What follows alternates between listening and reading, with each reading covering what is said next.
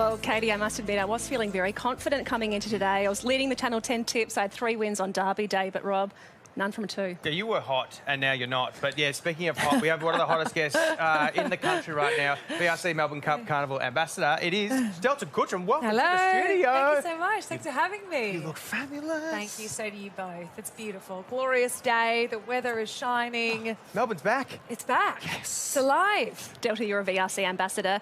Big history with Melbourne Cup Day as well. Last year performed, but had to be in Sydney because of COVID. Must feel good to be back at Flemington. It's so beautiful. I can't describe it. It's quite spectacular. You know, the fact that last year we got to perform on the rooftop and we brought as many flowers as we possibly could. But there's nothing like the 16,000 roses that are here and the energy of everybody coming together. It takes so much, such a huge team for everyone to bring this marvellous event to the entire world.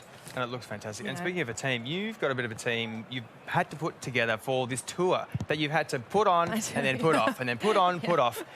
Bridge Over Troubled Dreams. The tour is happening. It kicks off in Brisbane in March, I believe. It does, yes.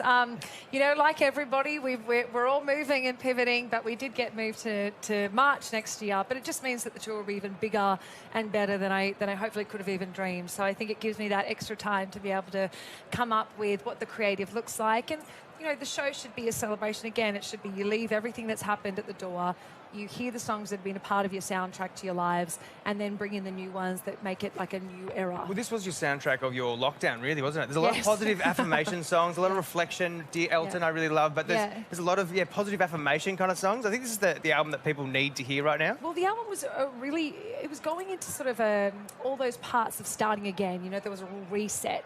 So I think that the fact that sort of so many people went through that, like the song Paralyzed or Dear Elton or Solid Gold, but to today's performance, today we've got that sort of hopeful strength and that grit in some of the songs that I've chosen for the performance. What did you get up to during lockdown? I mean, I was coming up with tour. A lot of the time I sort of spent some time being creative, and we had our bunker down sessions every Thursday. I would go live and sing whatever songs everyone wanted. Lots of songs I didn't know. I just learned as I went. Yeah, I've got a rule with karaoke, right? You can't, as a singer, you can't do something that you've already sung before. That's the rule for all singers out there. Yeah, karaoke. So what was the weirdest kind of song that you sang, like weirdest request that you got? I mean, we did different themes every week. So we did Rock Week, we did Disney Week, we did. So I just really went with the flow.